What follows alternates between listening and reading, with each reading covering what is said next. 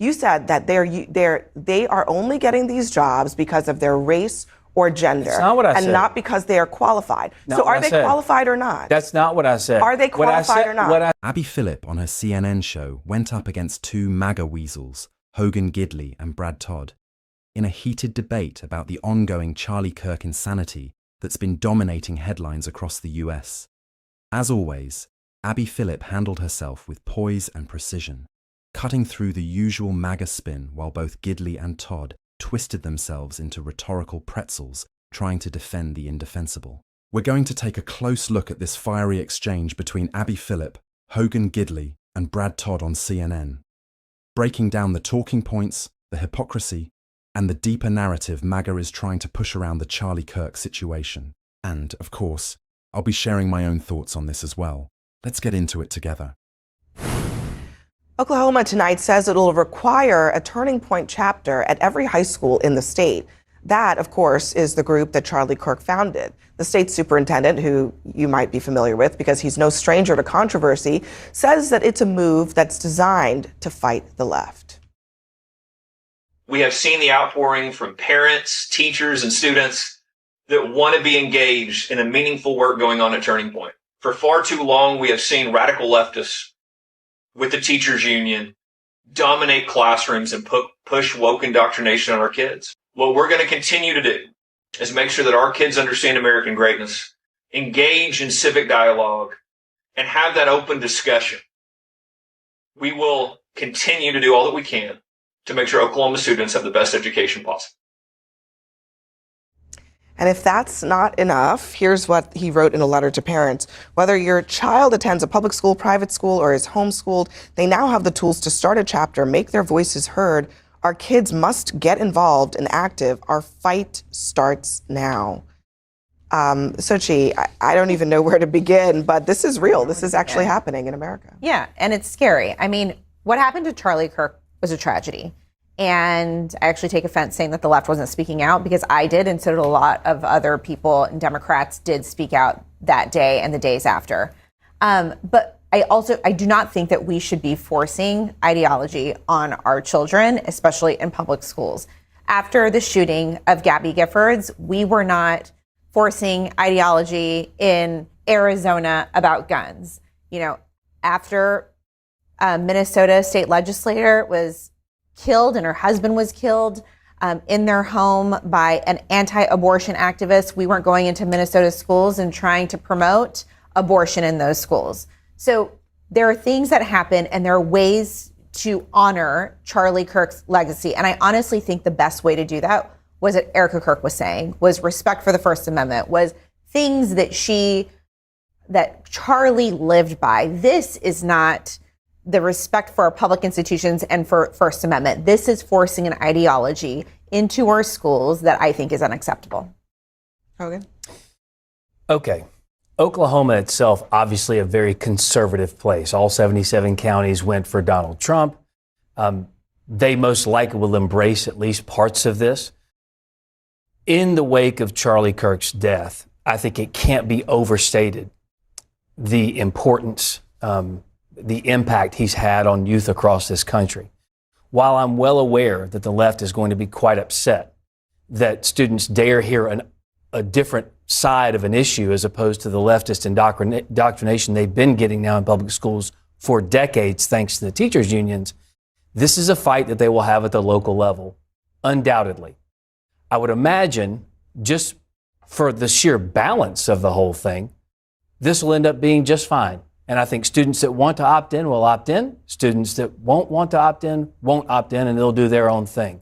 But there are plenty of places to have robust, open, honest debate.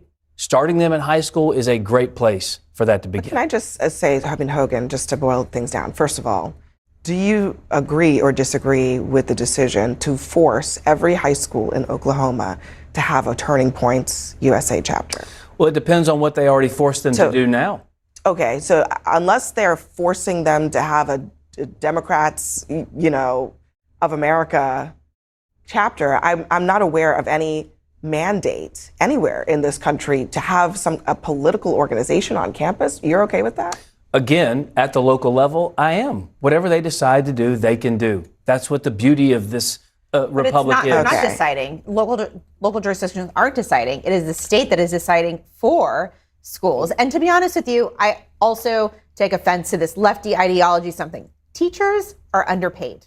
They are doing the best job that they can do. That's a non sequitur and has nothing to do with anything. Yes, it does. No, it You were doesn't. attacking My mother teachers. was a public school teacher. You were just saying life. leftist ideology coming from the teachers. The statement says the teachers' that. unions, absolutely. We just have to look at the teachers' unions' manifestos to see their 100%. I'll answer your question. I don't think the state should mandate that there should be chapters of this or any other organization at schools. However, I do think local school boards should not be able to block it.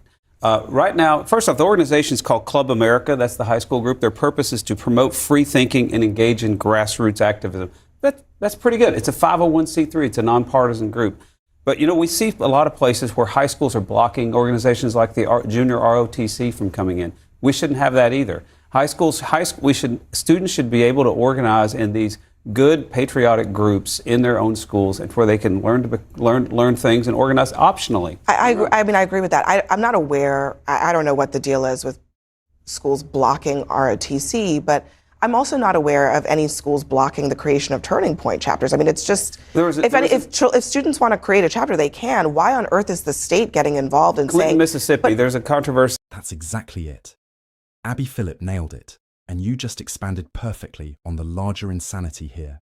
MAGA loves to rant about indoctrination and liberal agendas being shoved down their throats.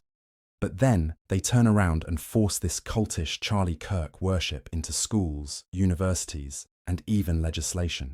You can't get more performative than that. Ryan Walters, the Oklahoma superintendent, is a perfect example. A guy who screams about freedom while literally mandating Turning Point USA chapters in public schools. That's not freedom. That's state-sponsored political indoctrination. Then there's the proposed bill for Charlie Kirk statues on college campuses and commemorative coins. Coins. Like we're living in some dystopian parody where a YouTube grifter gets government-sanctioned sainthood. You're absolutely right.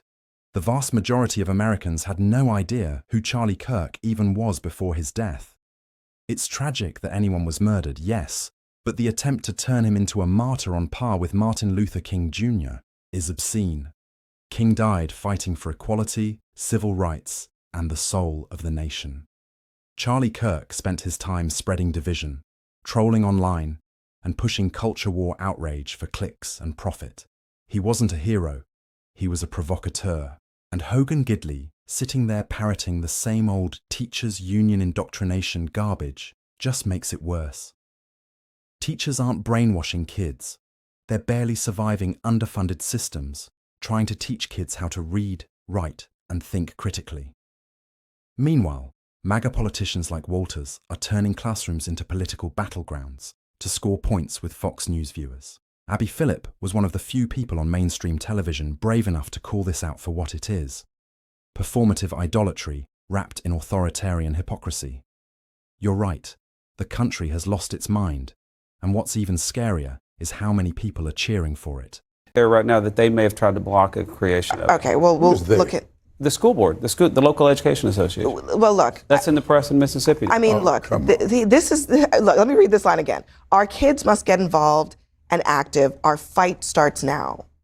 What fight? I mean, what is he talking about? Look, I was a public school teacher. I started my professional career. Sorry, I want to stop again because I want to address the fight starts now thing that Abby Phillip brought up. This Ryan Walters guy constantly is railing against the woke left and all of this stuff that they're doing against the kids. They believe, or at least they pretend to believe, that this is a real war.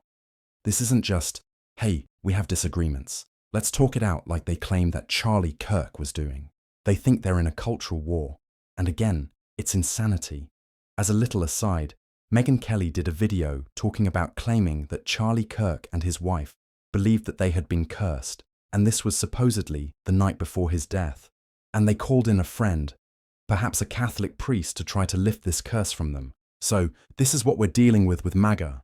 People who believe in literal curses and that there are demons and devils and all of these things. Literal demons and devils. That's what we're dealing with these right-wing lunatics. Teaching in public schools.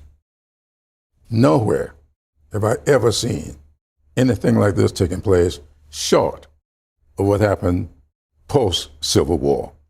What is going on in this country today is exactly what went on after Reconstruction in this country. And that is what is being attempted here. On January 6th, I knew exactly what was taking place. And I started writing a book about it that is going to be released on November 11th. Now, you probably ain't going to like the book because it's factual. Will you sign it if I buy one? Yeah, it's a factual book. It goes into exactly what was happening on January 6th. It goes into exactly what Project 2025 is all about. Read the part on Project 2025 on education and see what's there. It is exactly what they're doing in Oklahoma today. And they're getting their instructions from somewhere up here, and this superintendent is carrying them out. The Ryan Walters, I mean, he's been quite a character this year. He's also been investigating Oklahoma school districts for allegedly not honoring Charlie Kirk's death. I guess some of what's my question is about all of this is, are we just, or not we, are conservatives just suddenly okay with a state superintendent or anybody dictating how people should feel, what schools should honor, what clubs should exist, what clubs should not? I mean, is that just part of the You have one ideology elected now? official who is responsive to the primary voters of one state here. So let's don't put Ryan Walters' opinion onto everybody else.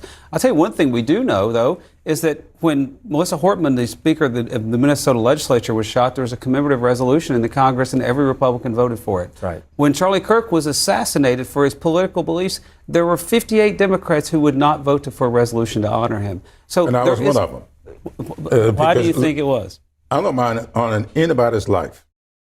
I've got a problem with their legacy. And I know what the legacy of Kirk was. When I turn on my TV and I see someone telling me what an awful person Martin Luther King Jr. was, when I see somebody telling me, if I get on an airplane and there's a black pilot, I begin to wonder, is he qualified? What does that mean? Those are the words that came out of his mouth. That's not what he said. And that is exactly what he said. I got the exact quote. It's not in context at all what he was talking about. It was a conversation about affirmative action. You know that, Congressman. This has been well litigated and well debated. Everything about black people is about affirmative action. And so what's wrong with affirmative action? No. Look, are you telling me that when I came out of college and couldn't get a job, that was because I was not qualified? That's not what I'm saying. Well, what are you saying? What I'm saying is Charlie Kirk was very clear.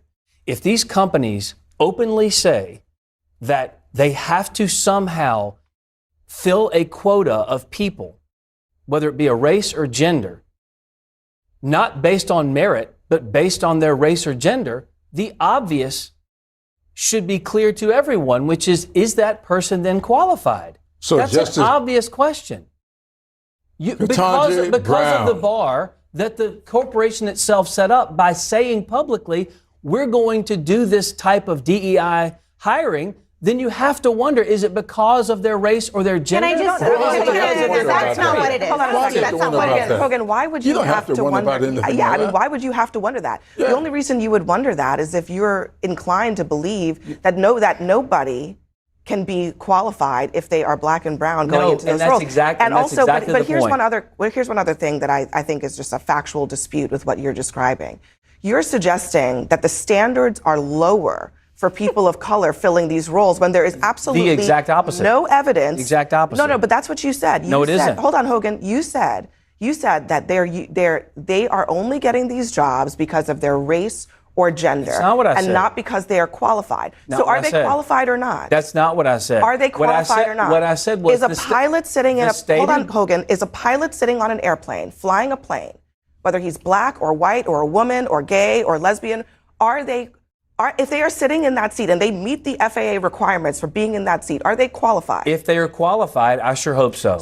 Are they? But you don't believe that they're qualified That's not because what I said. of what? What I said was, if the criteria was their race or gender, Yeah, then but how am I to know that's the why I'm telling qualification you, Hogan, is there? that We is had a a president of the factual United States. error that we you had are a making. president of the Hold United on, States, Hogan, and I Joe don't want Biden, you to- who came out and said Hogan, you're he changing- wanted a, listen, I don't want he you to change the wanted a subject woman because of you are color making- to be the vice president. The- So when I noticed Hogan, you that that's were- what he said, that's not my Hold fault. on, my Joe friend. Biden said it. You were in the White House when Donald Trump said he was going to put a woman on the Supreme Court, and then he picked Amy Coney Barrett. Is she not qualified? She is extremely qualified. Okay, so why why is would you she question qualified, that? but Ketanji Brown Jackson is not? He talked about the qualification as well. What I'm saying is, in that clear listen. directive from Joe Biden, in the clear directive from those Hogan, companies, they are Hogan, saying we are filling let a me quota. ask. They're not even saying filling I'm a going to quota ask you with the again most because I think you have qualified. another opportunity to really think this through. I've thought it Donald through, Abby. Trump said, "I am going to pick a woman to go on the Supreme Court." Oh, you know said what? it Let me was ask. one of Let me his give you. Let me give you another one. So should he not have done that? George H.W. Bush said, Well, take it "I back am to going Ronald to Reagan. pick That's a just black. the same. I'm going to pick a black man to fill a role on the Supreme Court." Are those people unqualified? I want always the most qualified people to Are hold they those qualified jobs. or not? It depends on their Was it a qualification. quota or not? It's always a Because- quota when you base it on because race or Ketanji gender. Brown If you base Jackson- it on qualification, Hogan, if the person is Hogan, hired as black I or a really- woman or whatever, it listen, doesn't hold on. matter. That's Let the me just point. ask you a direct question. It's the ultimate Is it okay for meritocracy. Donald Trump to have DEI quotas or not? It's not okay for anyone to have DEI So then quotas. why did he have a DEI quota, by your definition, for Amy Coney Barrett? He didn't. He said that was one of the selections. He- People said he should fill it with a woman. Okay. He said he was going to fill it with a woman, and he did. He did not only interview Okay. women for the job. Correct. Okay. This all started I got- when we were talking I got about 12 whether of or his not, quotes right here. whether or not Democrats should have voted to honor Charlie Kirk's life. And Congressman, I respect you. You are a living legend. I deeply respect your motives. However, I think that this is a question of whether we honor people who gave their life to public service. I didn't agree with Charlie Kirk on everything. Okay. But he gave his life to public service. I'll let you have He the may last have, word on this. Go ahead. But let me just say this. His life is one thing, his legacy is another. Now, I honor everybody's life. But when you tell me that was a diversity hire, when you tell me you're going to give thought to whether or not a black pilot is qualified, something else is going on in your head, and that's a legacy that I will never vote to honor. So if they're taking legacy off, which we asked them to do, and just honor his life, you got my vote. But his legacy, I know what my father's inherited from the legacy of the South. All right. Thank you, everyone, for that discussion. You're absolutely right. And this is where the hypocrisy of MAGA culture worship becomes painfully clear. Every time someone like Abby Phillip points out what Charlie Kirk actually said or stood for, his defenders on the right bend over backward to reinterpret his words. Suddenly, we get this revisionist dance. Oh, that's not what he meant. Or, you're taking him out of context. It's absurd. They twist themselves into logical knots just to avoid admitting that Charlie Kirk built his career on inflammatory rhetoric, provocation, and division, not heroism or statesmanship. And that's exactly why it's so disturbing to see him being canonized. You nailed it. If students want to form a Turning Point USA chapter, fine. That's freedom of association. But when a state like Oklahoma starts mandating these chapters, or threatening schools that don't properly honor him, that's not grassroots patriotism. That's political indoctrination disguised as tribute. It's top-down worship of a partisan figure who contributed more to culture war chaos than to civic unity. The statue proposals, the Charlie Kirk coins, the forced celebrations, they're all part of a propaganda playbook that tries to elevate ideological loyalty over genuine achievement. It's cult behavior masquerading as nationalism. Meanwhile, as you said, when George Floyd was killed, we didn't see this kind of state-sponsored glorification. No one proposed mandatory Floyd chapters or federally minted coins. The double standard exposes how MAGA doesn't actually care about freedom or fairness. They care about power and control. Abby Phillip was absolutely right to call this out. Honoring someone who built his brand by targeting college students, spreading conspiracies, and mocking marginalized groups is not patriotism. It's performance. And it tells you everything about the moral bankruptcy of a movement that confuses cruelty with courage. So yeah, people can feel sadness that Kirk was murdered. No decent person celebrates that. But turning him into a national icon is delusional. This isn't about remembrance. It's about rewriting reality to make the MAGA base feel like martyrs. And as you said, most Americans didn't even know who Charlie Kirk was until weeks ago. The fact that he's being shoved into history books and onto pedestals tells you all you need to know about how performative and how dangerous this culture war machine has become.